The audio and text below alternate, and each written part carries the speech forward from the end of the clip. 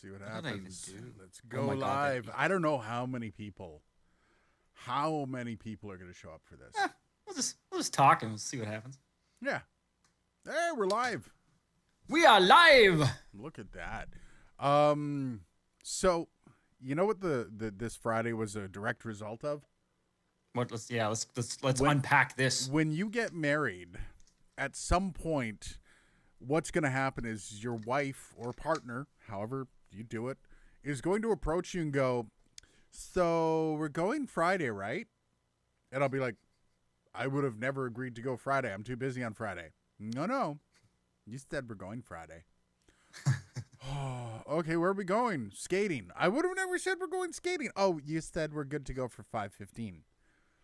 I would have never said 5:15. However, apparently we're doing this, and you can't say no. There comes a point where it's just I was going to say, isn't this technically a form of gaslighting? It's yes, like, you yes. totally said this. It actually is No, a you- no, form I of gaslighting, and I'm okay with it because she's still married to me. Happy wife, happy life. Yeah, well, to a Ow. degree. I don't necessarily 100% buy into that. But then, so we were just going to go from 5:15 to 6:15, grab some food, come home. Figured I'd eat the food. I'd be good to go for 8 o'clock. And I went, we got food at Frite Royale here in Gatineau. And they always mess my order up. I got club sandwich with a poutine on the side. But And, 2 puts in. Yeah, poutine. And then they just left the poutine off. Or poutine, as they say it in Sudbury. Yeah, don't do that here, man. I get shot for that in Quebec. Yeah, oh, yeah, 100%. So they left it off, so I ended up having to drive back to the restaurant before curfew was over, because curfew's a thing here. So Yeah, I was going to say, the only reason you're back for 8 is curfew, right? Yeah. well, then I got back and I had to eat the food before I got on, so I slammed back a club sandwich, which was actually quite good, if not a little wet. A little quickish. And wet, yeah. And they gave me a gigantic poutine because I had to drive back for it. So, yeah, I slammed back as much as I could and ran online. And here we are. Happy Friday. And here we is. Happy Friday, everyone. Sorry for the lateness of this. Appreciate The you hanging out. tardiness. Interesting week thus far. The big one, I think the big one is I bought an SM48. Yes, indeed. That's I still haven't. Before you ask, I still have not listened to that. Oh, we're gonna make you listen live. Don't worry. That's Oh, okay. okay, all right. Yeah. That's gonna be the thing this week. I'm gonna see if Dylan can actually differentiate between an SM48 and an SM58 live on the show, because this is important stuff. Now, have you looked into the SM48? Have I physically seen it? Yes. That's about all. No, but you've never looked know into some about of the specs and stuff. I actually called Shure on this because when I'm doing the video up, I'm doing an SM48 versus SM58 video. I'm actually trying to see exactly what the specs are, and it doesn't say anything about the capsule, or what they call a cartridge. It says nothing about the cartridge. So I called him up and I'm like, "Is this the Unidyne 3?" He started laughing. Nice. He actually started laughing on the phone. It was a Shure engineer. And he said, "No, that's not the Unidyne." I'm like, "Well, where does it come from?" He's like, "I don't even know." He's like, "It's just it's a cartridge that we put in, and we called it an SM48. So I was impressed. I put it together. The video is technically shot. It's coming. But first, there's a couple things I've got to do. It's a long story. I also got the P120 video shot, which I'm actually running right now, the P120. I ran this for the past 3 days on my morning show, and not a single person could tell that it wasn't the NT2A. It's like $120 mic. Well, it's $100. This microphone has really impressed me. Now, I knew it would. I knew it would because the noise, the cheapest. The self noise on this is egregious. Well, I mean, there are worse. There are worse, but for $99, 19 dB, and you know why? Actually, I was when I was doing the video on this microphone, is the self noise wouldn't be that big of a deal, but because it's not a full 1-inch capsule, it's a 3/4 or it's a 2/3 inch capsule. So the reason capsules are bigger is the bigger capsule allows more noise for signal to noise ratio. Allows more signal and less noise. For signal to noise ratio. So the signal to noise ratio of this one is 75 dB, which is still a little low. And had the 1-inch capsule, that signal to noise ratio would be better. You okay? What's wrong? I was just kind of fumbling around with my preamp, and I could feel that on the mic I'm talking into right now that the 15 dB pad is turned on. Whoops! Not gonna press that button. Terrifying. Well, it's funny. I'm actually looking at the level right now going into Pro Tools, and it's very low. I'm surprised that like when I listen to myself, it doesn't sound that bad. I boosted. But it's like you're boosted here. Yeah. I also turned myself to. Yeah. Anyway, I was gonna ask you which mic should I rock for this show. I'm getting a hell of a collection, man. Honestly, like right now, I mean, I know it's not yours isn't really being compressed or anything, but like when I really crank my headphones and deafen myself with your signal, I can there's some noise, but it's not like I'm audio bad. I'm going through crystal clear preamps. Like the preamps on this are, hey, Hint of Shrimp, how's it going, man? Golden Boys, that's what we are. The Golden Boys. The preamp I'm going through right now is, I wouldn't say crystal clear, but it's the preamp you get with a $1,200 interface. So it's pretty good. I wouldn't like to hear this microphone on a Behringer. And that's the problem, is it's a $100 mic, right? And I'm guessing a lot of people are plugging this thing into a Behringer or something that is going to offer a little extra self noise. So I can imagine this is probably a pretty noisy mic if you don't have the gear to back it up. Well, I mean, they plug it and sell it as a studio mic. So I mean, people that are generally buying it are probably going to use it with at least a Scarlett or an M-Box. Hope. You really hope. When I bought it and when I used it with my first real interface, it was an M-Box 3rd generation, and it sounded really good. I mean, other than on really, really quiet sources. I think anything Scarlett and up, you'll be okay with it. Like Scarlett's pretty quiet, because you got to remember you're also not gaining much. This isn't a gain hungry mic. Nope. My gain is at maybe 10 p.m. on the gain dial. I don't know what you would call that, like a third gain or about percentage, whatever. And this thing is perfectly fine. So if you're not introducing the noise, the higher the gain is, you're probably going to be okay too. So what do you have for the kids today? I can't hear you. What were you doing, man? You okay? Yeah, just had to. It was bothering me. I had to do something about it. Jeez, he just disappears on me. Okay, all right, I see how it is. I was like, he'll just keep talking. I'll just dip out for. Aiden doesn't shut up. Don't worry. So what do you have for the kids this week? Do you have anything? Not a whole lot. I wanted to talk about one interesting thing that sort of hit me this week. Thinking about it is the subscription product conundrum. And it's that obviously we've been noticing, and I think all the businesses have been noticing too, that there's no money in perpetual product licensing anymore. So all the people, and I guess I sparked thinking about this because I was looking at getting a license for a stock content service, Shutterstock more specifically, and their image price actually isn't that bad. So I assumed that their video price wasn't going to be that bad. And then I went over and saw, like, for 5 clips a month, it's like $100. I'm like, no, we're not doing that game. They used to do it where if you wanted 1080 clips, it was relatively cheap still. But as soon as you move up to the 4K, it was like $75 to look at us. Oh, God. Yeah, no, Shutterstock is bad. Adobe apparently has good stock. Adobe stock or whatever the hell they call it. Yeah, apparently it's good. I've never really looked at it. Like, I've never, jumped in there. But, I mean, if you're doing video and if you're making money off video, I think that's the big thing. Like, what are you looking for video for? Well, I was looking at getting some clips for a little project. Nothing that's gonna make a ton of money, but just like a promo project of sorts. And I was like, oh god, no. Pixabay. There are a couple of free services. Yeah. Vidivo is one that has Yep. a lot of good stuff. I've gotten some. I did a secondary channel a while back, Dark DC Stories, and I've only got 2 videos up on it. It's just random stuff that I used to do for a podcast, and I turned them into video form. And I got some video clips off of Pixabay and one other one. I can't remember the name of it. They were okay. Like, you're not going to get anything really specific.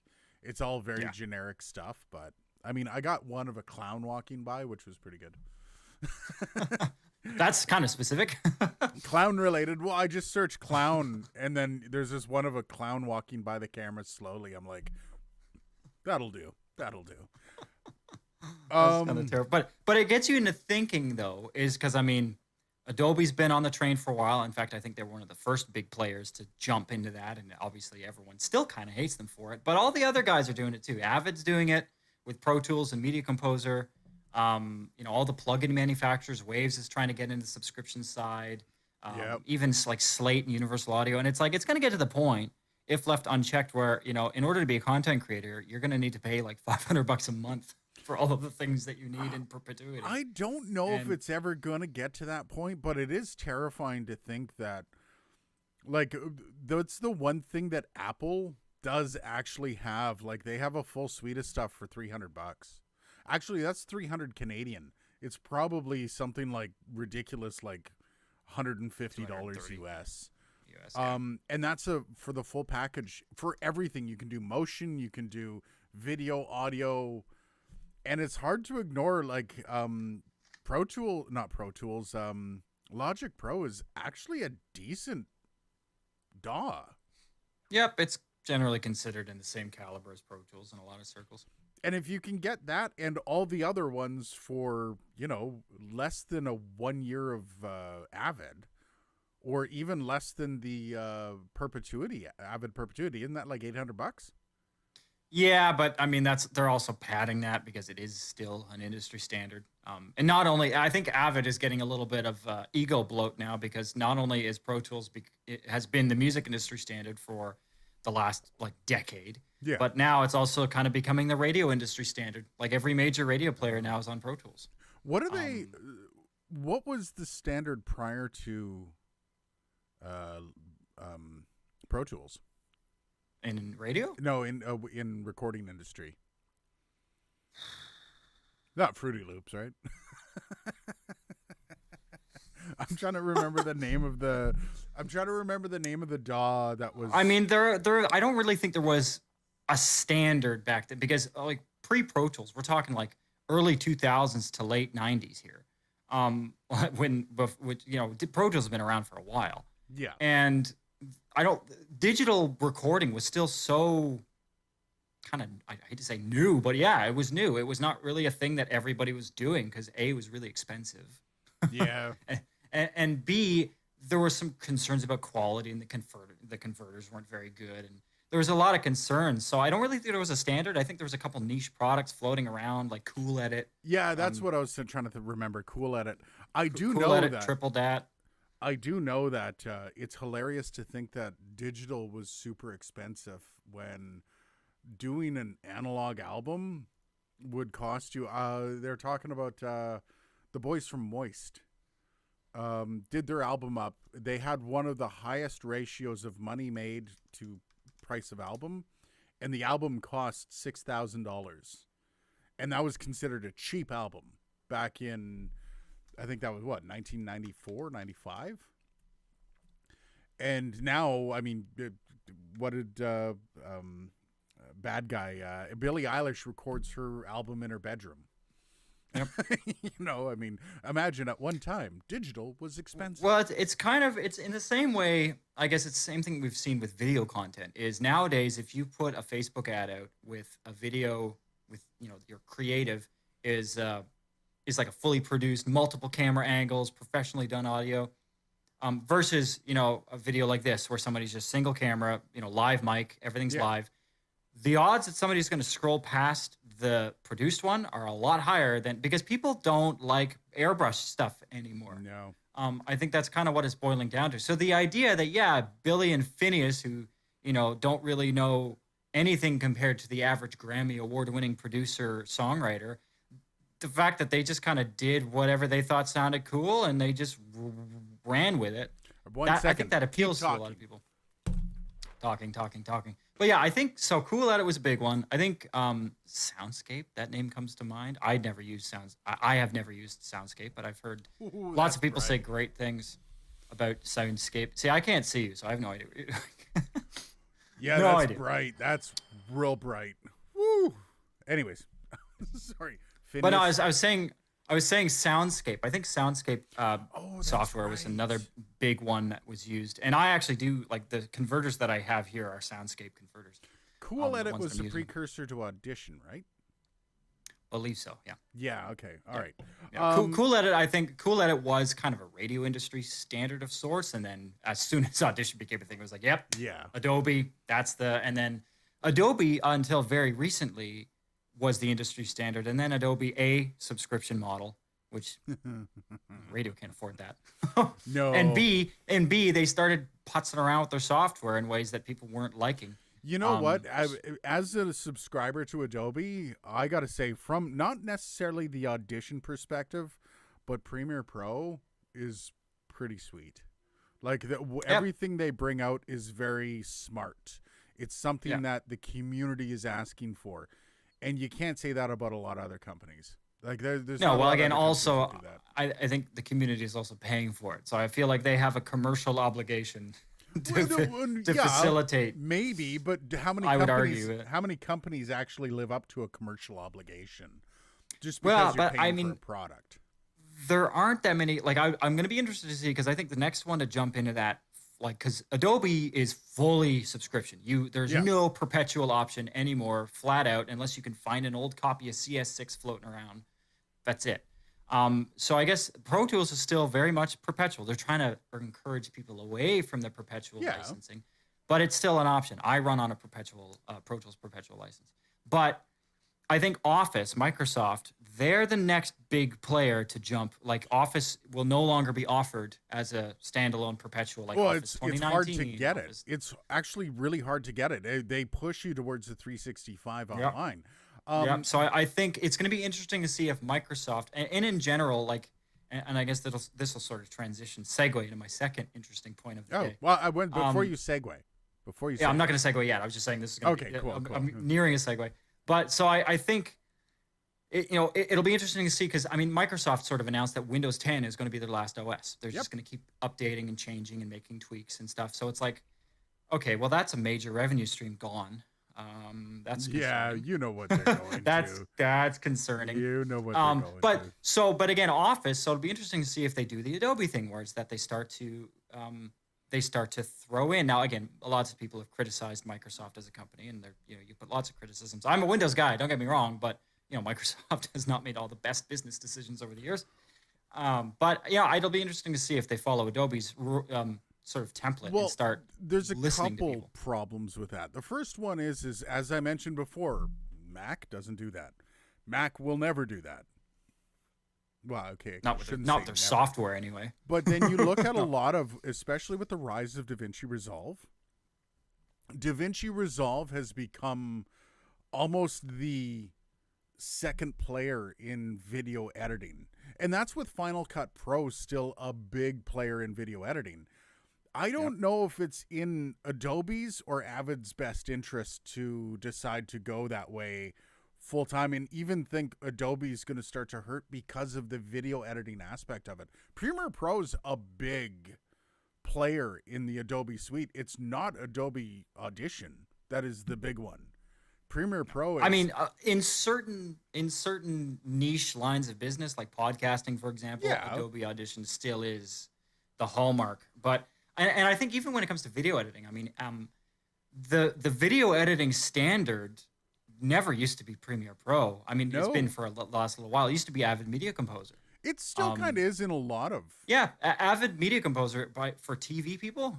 For not all, but for a lot of TV people, Avid Media Composer is the way to go, because the difference between Premiere Pro and Media Composer, and I've used both, is Media Composer is a lot more confusing because it operates Like it tape. operates like a Steinbeck editing machine. Yep. And that is when they talk about non-linear editors, that's the grandfather of the non-linear editors. So going into there, if you're used to Vegas or Premiere or DaVinci, and having to operate in that kind of, but then you go to use an actual tape editor. And you're like, oh, okay. The big people right now driving, and I hate to say this, but it's true, are YouTubers. And they're the ones. Well, paying, that's where the volume is coming from. They're all the paying content the monthly charge. So when you have DaVinci Resolve, which I think is $300, compared to a I think it's $20 a month for Premiere Pro, and then if you want After Effects, if you want all these little things, it's I think $80 a month US. Yeah, not to mention, have you ever tried to use After Effects? Well, it's, but that's learning curve. So if you have Final Cut Pro, DaVinci Resolve, all these different, the package for Mac is massive, and it's very cheap. What would it do Avid to just try to do the same thing and just maybe push more people to Final Cut Pro, push more people just over the edge? Or I could see again, as we see with a lot of instances in the industry, is like Avid. I don't know if Avid could, Adobe could, where they could look at a DaVinci and be like, oh, it's a good product, we'll buy them. Yeah, well, and that's we'll buy always possible too. Although DaVinci, like I've looked at it, because when I went Adobe, I was trying to decide between Adobe and DaVinci, and because DaVinci's but the learning curve is it's a completely different scenario than Premiere Pro. Like there's nothing the same other than the timeline. No, and I think that's the difference between DAWs and nonlinear editors, NLEs, is that there's not a whole lot of limitations for interface workflow, etc. That you could have two NLEs that are totally different from each other, whereas most DAWs, in fact I would argue every DAW I've ever used, which is probably like 6 or 7 at least, all kind of work the same. They have some different words for things, but the layout's pretty much identical. A mixer is a mixer, an editor is an editor. It's not confusing at all, really. Kevin Lawrence says, "Hey guys, thanks for answering my question regarding the MV7 a couple weeks back. By the way, this is part 1. I currently own an SM7B, but it's situated above my digital piano for my live stream performances. ...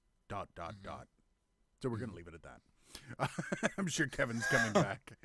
Oh boy, the anticipation's killing me. I know, right? Anyways, what was the segue? We were segueing into. So I was going to segue into this. The other side of that coin, which is that we've got, again, companies like Microsoft that are deciding, hey, we're not going to continue to sell this product anymore. You're just going to have it perpetually, and everything's fine. And that worries me because, in my experience, if you're not paying for a product, you're the product. Yeah. And we see that with Facebook. We see that with YouTube. We see that with all social media, essentially. With the exception of YouTube Premium, I will give Google credit. They give people the option to pay for the service. If I could pay for Facebook and never see a sponsored ad again and never have Facebook ever use any of my information again, I would do it. Yeah. I would do it. But they're never going to do that because that's their only line of business, really. But we're seeing this with Microsoft now. I don't know if you've ever seen any of the videos online about all of the different settings in Windows 10 that you have to turn off so that Microsoft can't go and... That never used to be a thing with Microsoft. That never, I think back to Windows XP, there's never any... Mind you, social media wasn't a thing back then. But, even Windows data 7... mining wasn't a thing either. Kevin said, I'm looking for a second desk mic, preferably USB for voiceover and Zoom meetings. I'm a podcast editor, but occasionally do VO work. Any recommendations? ATR 2100 ain't going to cut it, is it? No, it's not for VO. Also, thanks for the super chat, Kevin. Wow, I appreciate that. If you are going to be doing voiceover work, if you have an SM7B, pull the SM7B down to do the voiceover. Flat out. There's no, if you bring in an ATR 2100 and you have an SM7B sitting 5 feet away from you, you're doing yourself a disservice. A very gigantic disservice. Yeah. Pull the SM7B down. If you just want a desk mic for dicking around at the computer, an ATR 2100 would be perfectly fine. Or the Rode USB Mini. Oh no, it's NT USB Mini. Yeah, the NT USB. That is actually a great little mic. I believe it's a condenser. Yeah, I think it's pretty much got the guts of the NT1, but yeah, added and USB. it's gonna sound okay. I wouldn't necessarily do any major VO work with it, but in a pinch, it probably would be okay. But yeah, But at the same time, if you are doing major VO work, you should probably just invest. or just take the SM7B down and use that. Like that thing will pass the mustard every single time. Yeah, you put that, and honestly, like I use the SM7B for lots of stuff. Obviously, today being an exception, ironically. Had to like rock it out, eh? You literally unzipped and pulled that thing out. That's exactly what you did. Today I actually had some big sort of national stuff to voice. So I was like, I'm not gonna muck about. So my poor little SM7B had to take a little backseat. I've had about 7 microphones on this thing today, just from swapping out and stuff. So I don't feel any. It's actually, I should, sort of a side note, I was on, there's a sort of an audio engineering society group that I'm on Facebook, and every once in a while I'll scroll through there just to see what people are saying and talk. It's a good community, but this one guy made a comment about, he obviously didn't know what they were called because he was calling them, stretchy desk mic stand boom thingies. I'm like, okay, broadcast arm, that works too. Broadcast arm, right. Whatever, but close enough. Yep. Close. It's like I knew what he meant. He knew what he meant. That's all that matters. But he was curious because I guess he had bought the chintzy ones that you can get for $20 on Amazon with these springs on the outside. Oh god. And he was saying that they couldn't even Newer and some other companies make them. Yeah. And he was saying how it's like, he was looking at the PSA 1 and he was like, people are saying this could support an SM7. Does anyone here have experience? He was obviously skeptical. Hated them if it could support the weight of an SM7. And I'll give him credit. The SM7 is not as heavy as a 58. Screw off! I got my NT2A on that thing, and my NT2A. I've got a U87 on there right now, and it's like it's just so. I posted a picture of the arm with the U87 on it. And I was like, trust me, there's no fluctuations. But no. And then like some ass. Because in the picture I had it in, the microphone I took, it was a picture from a couple months ago, sort of the studio setup, and the mic was in its rest position so that, it's not in the way of everything else. And it was, the U87 was, not upside down like it is now. It was, so it looked in the picture like it was resting on the XLR cable. So one guy's like, he starts giving me a blast of shit. He's like, man, you shouldn't, you're going to wreck your XLR cable, you're going to wreck your mics. Like, you should not have gear if you don't know how to take care of it. And I'm like, whoa. Whoa. Back up. Like, whoa, just put the gun away, good sir. I love that. So I just went, I said, I took another angle. I said, there's no drift, there's no dip. Like, I don't know what why you hate broadcast arms so much. But obviously you've never bought a good one. Yeah. Because if you had. And I suggested OC White because honestly, there's some OC White models that are comparable in price to the PSA 1. Yeah. There are also some that are way more expensive, but I think the PSA 1 value for the weight that it can tolerate. Like again, I've got the U87. There's no sag. It's super firm. My mic is 5 pounds. The NT2A is 5 pounds. Yeah. And I think that's it's all those solid big metal switch knobs on it. That's why. Kevin says, I've been a Howard Stern fan for years. Private Parts is one of the best movies ever, by the way. He uses a TLM 103. Would love to see a signal chain because it's such a distinctive sound, compressed to death. And that's the thing about Howard's mic. It's compressed all to hell. Like it's broadcast. Broadcasting uses some pretty aggressive balls to the wall. Yeah. Balls to the wall. Because you need to talk over audio. Like you need to talk over music. And the problem with the music's compressed into a sausage on the radio. It's an MP3 that's literally compressed into a sausage file. So they need to get your voice over that so you're doing talkovers. And not only that, but then so the voice is squeezed hard, the music is squeezed hard, And then at the transmitter side, the ore bands there are squeezing it all hard again. So like you've got like maybe 4 or 5 layers of compression at the end of the signal chain. And when they want that big boomy sound off of Stern's voice, they amp it up. Yeah. Anyways, yeah. Well, they could just add some slapback delay. Are you done? Are you Nope. done? All right. This is the moment we've all been waiting for, Dylan. So I bought an SM48. I did a comparison video with the SM48 versus the SM58. It's coming out. Don't worry. Give it time. I've got a little bit more of a story of what's going on with my studio in a few minutes. But I took an audio sample of the SM48 and the SM58, and I sent it to Dylan, and I said, Dylan, can you tell between these two? They're pretty close. And then you just So never I got haven't, back full to me. disclosure, I haven't listened to it yet. It's been a crazy last couple days, but I have it in front of me. So explain to me what I'm looking at here. I haven't played it yet, but I see 1, 2, 3, 4, 5 regions of audio, and they all look pretty much like the same phrase. There should be 5 or 6. Oh, it's hard to hear me. Okay, Ken. There's 6 There you total, go, but Ken. it looks like the last 5 look more accurate. Like they look. The first one looks like a completely different phrase. Oh, it could be. I don't know. We'll see. Or either that or you just read it. So faster. basically, I read 3 times, this is mic A, and then this another 3 times, this is mic B. So if you can pump it through here so everyone can hear your audio. Yep. Okay, let's do this. Are you ready? Yep. All right, here we go. This is microphone A. This is microphone A. This is microphone A. All right, you got that. This is microphone B. This is microphone B. This Mike A is 48. What's that? Is Mike A the 48? Nope. No. Oh.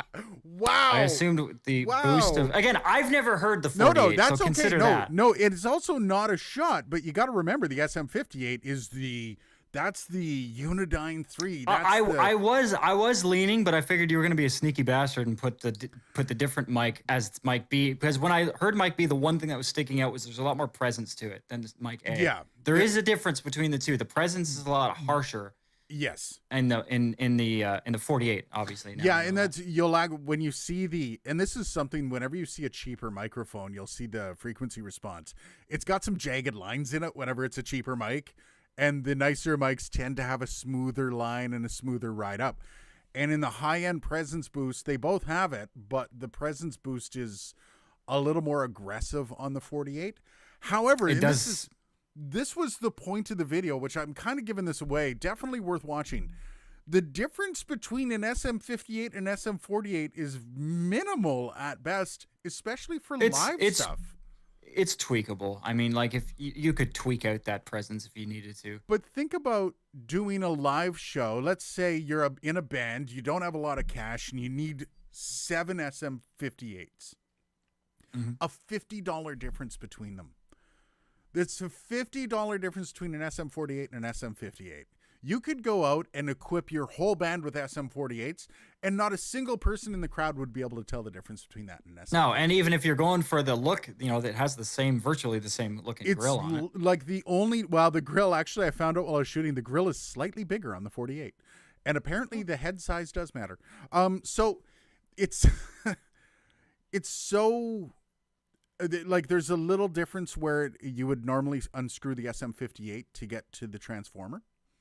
Yep. It's a little bit yeah, different. I can see that's but different. For the most, actually, here they are.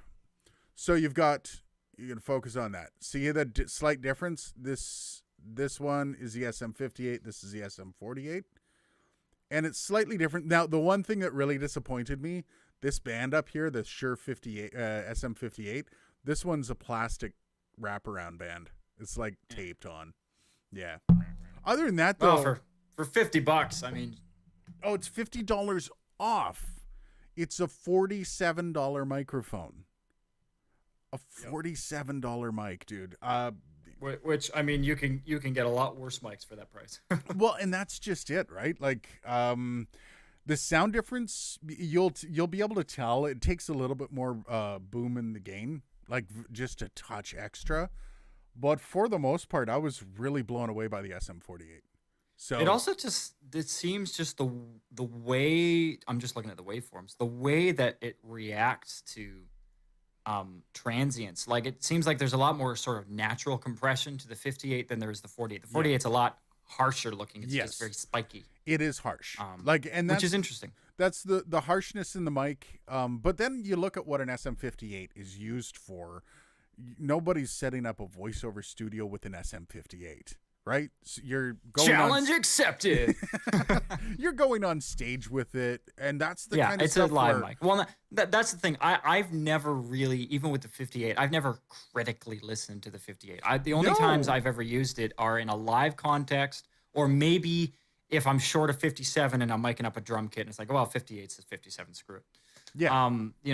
In those cases, but I've never actually sat down and like A/B to 58 with a bunch of other stuff and go, wow, there's so much more, 4.2 kilohertz on this microphone. Yes. Well, it's because I've got the Sennheiser E835, and I can't tell the difference between the SM58 and the E835. I can't. Like, I've never critically sat down and listened to it either, except for the SM7B versus SM58 video we did. I've never really sat down and went, oh, wow, so the SM58. But then I looked at it here and I was like, my goodness, like the 58's got a decent sound. It doesn't sound horrible. Yep. Oh. But especially for, again, even if price is like, well, $100, that's $100. It's like, yeah, but $100 as far as pro market is pretty much the bottom of the barrel. Well, also $100 for a microphone that will last forever. The 58 will never die. You need to probably crush this thing with a sledgehammer to get it to stop. You're probably going to want to nuke it. I saw a video where somebody put it in one of those ninja blenders and they took it out. Nice. It looked really bad, obviously, but it still sounded fine. That's one of those things I still want to do that with the SM58. It's only going to do it in summer because I want to drag it behind the car. So that's going to be fun. This is fascinating, though. This is a good time to find out whether or not you could tell the difference, because it is hard. Apparently. Well, again, maybe I should have stuck with, because my original gut was, I think the 40, because again, part of me was like, well, I know the 58's harsh, but I'm like, well, if the 48 really is shittier, it's probably more harsh. So, and the second mic very much is harsher than the first mic, but I was like, no, he wouldn't put the obvious contender. It's harsher on the high end. Yes. Yeah. The lows are pretty much the same. Yeah. And also slightly less range on the frequency for the 48, like a little bit less. So that's about the only difference. On the top or on the bottom? Both for the 48. So I think it's like 15,000. Because that's one big thing. That's one big thing the SM7 has above the 58 is the low end response is substantially better on the SM7 than it is on the Fatty MMA wants to know, Dylan, who is Dylan and who's this rando? Aiden? I've never heard of Fatty. Welcome, Fatty MMA. Aiden is the host. That's me. Aiden's that guy. I'm the host of Dark Corner Studios. I am not Aiden. I'm not Aiden through process of deduction. Dylan, actually, you may be able to arrive. So the channel is based on audio and fun stuff like that. I do mostly audio stuff. Now, Dylan's the guy that if I don't know it, he knows it. Unless it's which mic is which, apparently. But no, Dylan's the guy that I go to for my questions I have. So, I'm his consultant. Yeah, and Dylan is at some point going to be working on his own channel, which I've been getting him. Yep, he has. Thank you for spelling Dylan correctly, he says. How many ways to spell I Dylan? had well, there's Dillon. Oh, that's there's annoying. DYL. There's DYLON. That's the thing. There's what's wrong with I've people? got the traditional Scotch way of spelling it. Who puts an O in Dylan? Dillon. Some person who I never want to meet. It's like the people where there's Ashley, where there's two E's on the end. Oh, I hate that. Even like when someone like takes like two names and sticks them together just cause. Yeah. Like I have a friend who named their kid Tomothy. I'm like, Tomothy. They were drunk. What's why? his name? His name's Tomothy. Are you sure, sir? Oh fuck yeah. But Love it. I don't know. That's a pet peeve. Like any of the name, like there are some like less common names that I have had in my mind for, naming, my kid, but none of them that people be like, oh my God, like, is that even a name? No, you know what? It's either got to pay homage to somebody. If it's going to be weirdly spelled, it better be paying homage to somebody. Yeah. What's with Moon Unit there, Frank Zappa? Frank Zappa's allowed to name his kids whatever he wants. Hinter Shrimp says, I have a friend, Dylan, pronounced Dylon. Yeah. Well, I feel like, again, like I've had that before. Like I have one friend whose last name is like spelt like the French word, like Le Boisier. But one time I met them and I was like, oh, it's Philippe Le Boisier, and he's like, no, it's Le Boisier. I'm like, yeah. Okay. Well, all right. Yeah, it's your name. You get to however you want to pronounce it. So I'm guessing Hinter Shrimp, Dylon, his parents smoke a lot of something. There's gotta be. That's gotta be. I've had some people call me Dylon. I had a friend who had a thick Jamaican accent once, and Dylon. That's what that's cool. Yeah, well, whatever. He can do whatever he wants. Exactly right. That's what I said. But it's also like, well, I mispronounced your last name for the first 2 years I knew. Most people do. I don't. Yeah. I'm not one of these people that's like, actually, like, I don't care. Well, no, nobody gets my last name right, anyways. So, Wolf, yeah, it's hard. That's really challenging. I thought it was Wolf. Yeah, there's silent B at the beginning, so it's kind of tough. Wolf. Yeah, where's the H in Wolf? Where's the H in Wolf? Not bad. So coming out this week, the next thing coming out this week, we're going to be doing the comparison. This is the AKG P120 that I'm running off right now. It's going to be going up against the NT2A. I was going to throw it up against the Stellar X2 as well, but I realized something. I cut open one of my cords to do the cables video. Do you need an expensive XLR cable? And I haven't gotten around to resoldering it. So I only have God rest. 2 XLRs. So I'm like, I need to buy more XLRs. So I only put it up against which, I mean, it's a $99. Yeah. Why do I need to put it up against 15 microphones? And I got to say, it held its own. It's actually not bad. I would say, well, I'm not going to give it away because I do a side-by-side comparison to see if anyone can pick up on it. It held its own. And like I said, I ran 3 days on the morning show with this mic and nobody could tell. And it as you can hear it through this compressed audio, it sounds Mind you, good, I mean, realistically, how many audio specialists are you working with? Well, yeah, that's fair. I do have my engineer's pretty good with audio, I would say. But does he listen to your morning show? Well, no, and that he wasn't listening through Clean Feed. That's the thing. Like we're right now, you and I can hear each other through Clean Feed, which is actually a very close representation of the audio. It's non-compressed, all that fun stuff. What he was listening to was the on-air feed of the radio station, which was compressed all to hell. So I'm going to guess that this is going to sound better over Clean Feed here. Yeah, what do you right think now, you sound really good. Okay. I mean, again, I'm biased because I What's use the SM. What's with the... Oh, Hinter Shrimp says, you have a morning show? Yes, I do. On a radio station of things. So I do a morning show on 95.7 Element FM. That's ELMNT FM. Shameless plug. If you wanted to... Well, no, I mean, really, I like to really mail it in when I'm doing the morning show. So if you really want to listen to that crap... No, I'm not kidding. Or I am kidding. 95.7 Element FM. That's ELMNTFM.ca. Not pronounced element. No, yeah, that we... I don't know. We skipped an E. Element. Check it out. I do know that they block it. It's geo-blocked for anyone in the U.S., but if you can get by that and you want to check out the morning show, it's actually a really cool station. It's pop hip-hop show. I'm a real-life person. No. I'm actually just... I go put myself to sleep in the corner with a plug. I am Cleverbot.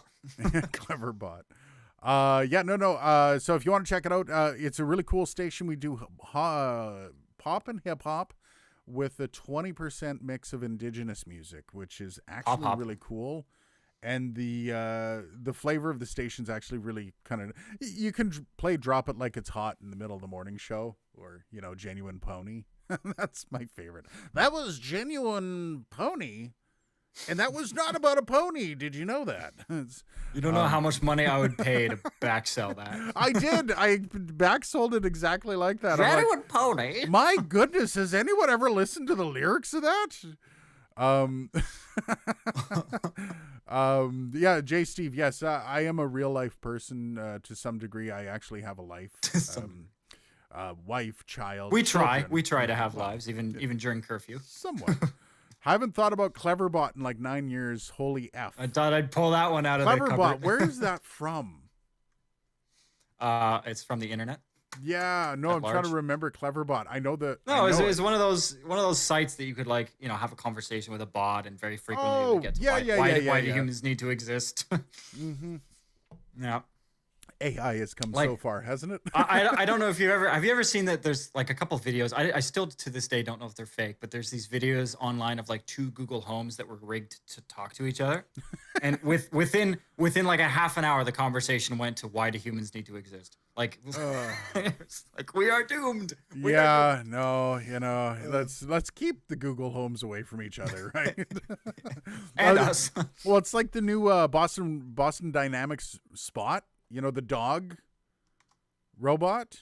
They've given it an arm. Why are you giving the robot an arm? Nothing that can be used to hurt me, please. It can open doors now? Son of a diddly.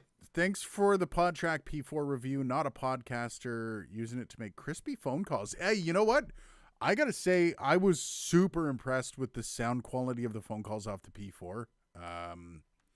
That's the one thing that really blew me away. Like I did the funny little phone call with my daughter, and yes, it was staged. It was just having a lot of fun with it. But somebody actually messaged me saying, "You faked that phone call, right?" No, like one, it's like you're busted right away if you try to fake it. Like someone's gonna call you out, and you lose all your credibility instantly. Yeah. And also, an important thing to note, and I've had to do this for work several times, faking a phone sound actually requires a good amount of technical know-how, because that is not an easy... a lot of people are like, oh, I'll just roll off the low end and the high. It's like, no. You got to do a bunch of other stuff to it. Well, it's not easy. 8-bit audio, right? I've been successful. Well, it's not 8-bit audio. It's still... It's got a sample rate of like 8 kilohertz. Oh, it's 8 kilohertz. That's what it is. So if you go into Adobe, and I'd say if you record something in your normal 44.1 and then in Adobe you resample it at 8K, you're already like most of the way there. You got to do some saturation simulation and some other stuff, but again, most of it is just why not just make a phone call? Do it over the phone, anyways. Hint of again, I do that. Hint of Shrimp says, "Do not give the robots access to robotic tentacles. Japan has learned their lesson there." Aren't tentacles kind of like a fetish or something? I think that's what he was getting at. Yeah, is that a lesson really? Everyone seems to enjoy it. I don't know. MG4. You see, this is kind of cool, man. We do this a little bit later at night, and then we get a whole bunch of different people here. This is like a completely different crowd. Hey, MG4, thanks for dropping by. The TRS out is also useful for recording gameplay on Switch. Oh, I never thought of that. That's a good idea. Gameplay on Switch with the P4. That thing is probably $150 cheaper than it should be. Don't honestly, the P4, they could put an extra 150 on that, and it's a winner. The price of the Rodecaster Pro, and I know I get a lot of heat for this. So, the Rodecaster's the best thing ever. It's good. It is good. It sounds great. It's the build on it is gorgeous. But it's not worth almost 900 Canadian dollars. Like, it's not even close to worth the amount of money they spend for it. Usually need 2 mics, one for recording, one for game. That's a great idea, man. You know what? Start a YouTube channel and teach people how to do that. I bet you would find a massive market for cheap ways to do game capture and stuff like that. Oh, especially these days with Twitch and everything else. Like, people are certainly into it. It's a big deal. I wish I could be somebody with all the knowledge of how to game and stream. I try a bit, but one, I'm not as good at gaming as I want to be. But two is I don't have the know-how for a lot of the Twitch and the stream and the just getting a streaming computer together. I'm a computer dude, and this blows my mind. Yeah, workarounds are the best. So studio news, this is what I was trying to get to. Last week, my son moved out. He basically moved out of that room over there. And since then, he moved out last Friday. I've had plans to put up, to basically expand my studio a little bit. We used to have a curtain in between my studio and his bedroom. So that's now going to be changing, and I'm going to be expanding out. But where my computer desk has been in the background of all my videos. I want to put it on the other wall so I'm not actually filming into a corner, which Dark Corner Studios, I get it. It's cute, but it is also cramped as all hell. So I'm going to be running onto the long wall, and now that I've got the room to build out, so the next week and a half, we've got to pull all this stuff out. I got a bunch of as close to 18% gray as I could get for the walls, which is that nice video gray for the background. And so yeah, I've recorded 2 videos, and I'm going to be releasing one this Monday and then one next Monday. But I've also got kind of a studio rebuild. I'm going to be not live streaming, but I'll be shooting while I fix up the studio and change it around. So that'll probably be going out next Thursday, give or take. So yeah, it's kind of a fun little week of changes happening around here at Dark Corner. And I love the change. I love doing it, but because this studio has to be up and running Monday morning at 5:30 in the morning, like if I'm not done the house, I have to put everything back together just to do a morning show, which is going to be a gigantic pain in the arse. But I guess all for the best, and hopefully I'm done by next weekend. This show will still happen. So, what are you playing? What? Am I boring you? Were you playing music in the background? I heard like a note, a tone. No, I'm listening. That was talking about your tweaks. No, come on, you're messing with me now. I heard that again. You no, I don't have any kind of instrument near me. How the hell would I be? MIDI. I know you, man. All right, my MIDI controller's way the hell over there. Your MIDI controller's bigger than mine. That's rude. It's not the size that matters. Just gotta know how to use it. Yeah, so this is wow, we've been going for an hour now. Really? It doesn't feel these feel like the first time we did it, the first hour, it felt long, and then it just seems to be getting smaller and smaller. Yeah. Like now it just feels like it's like 10 minutes. Yeah, I know, right? This is one of those things about doing a live show. I enjoy the conversation, guys. I really appreciate it. We didn't know how much we were going to actually have because we started this later. This usually goes at 5:00. Thanks for all the other people that showed up today. Of course, we got Hint of Shrimp in there. A few of the usuals: Kevin Lawrence, Kevin McCone. I think I'm saying his last name right. Thanks, thank you everyone. Feel free to correct him if he's not. Yo, feel free. Throw something at me. Kevin, once again, thanks for the super chat. Not always necessary to throw a super chat at me, but I will not. You always say that. Well, I feel bad because I don't do it. Nobody for the money. Feels obligated. Like, okay. You're never plugging it. I don't think anyone feels. People do it because they're a content creator and they like your content. My kitty in the background.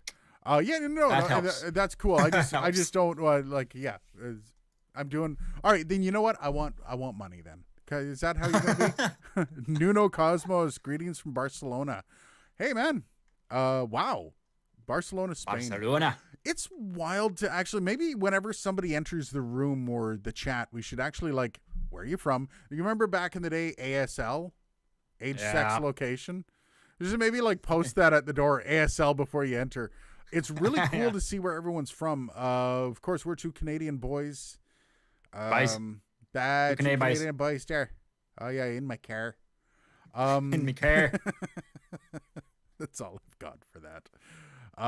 So yeah, let us know where you're from. Thanks for dropping by. We're gonna be here next week. Hey, Dylan, do you like the later show? Is this something you like? Would you go the later show? I mean, we could. What do you prefer? I'm not do you averse prefer to the it. 5 or the 8? For my routine, I think whatever. like whatever the audience wants. Like if there's more people that 8 works better for, then we could work 8 work. I see a poll in our future. Maybe it's like polls, YouTube polls, where you vote on it, not the other. That's sorry. Yeah. That's all right. Type of dance. Thanks for joining us, guys. We'll see you next week.